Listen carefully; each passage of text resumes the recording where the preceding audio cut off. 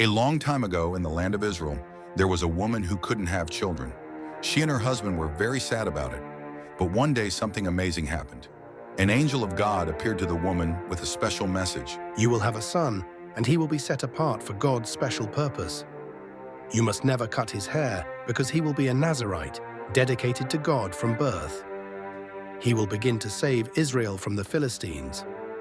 The woman was overjoyed.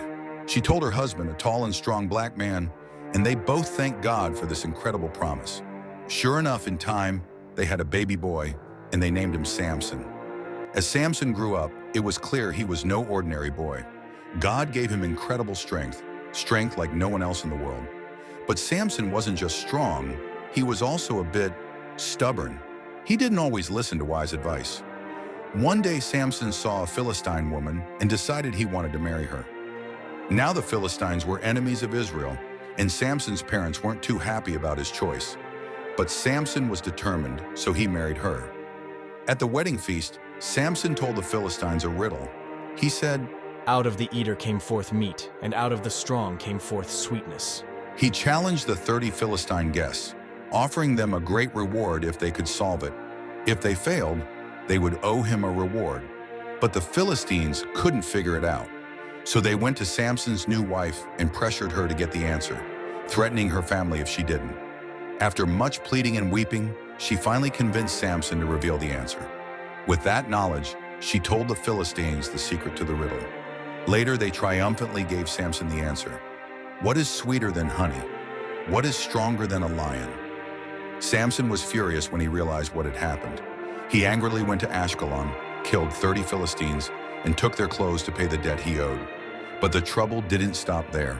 Samson's anger grew, and the Philistines, in retaliation, took his wife and gave her to another man. After that, things got messy.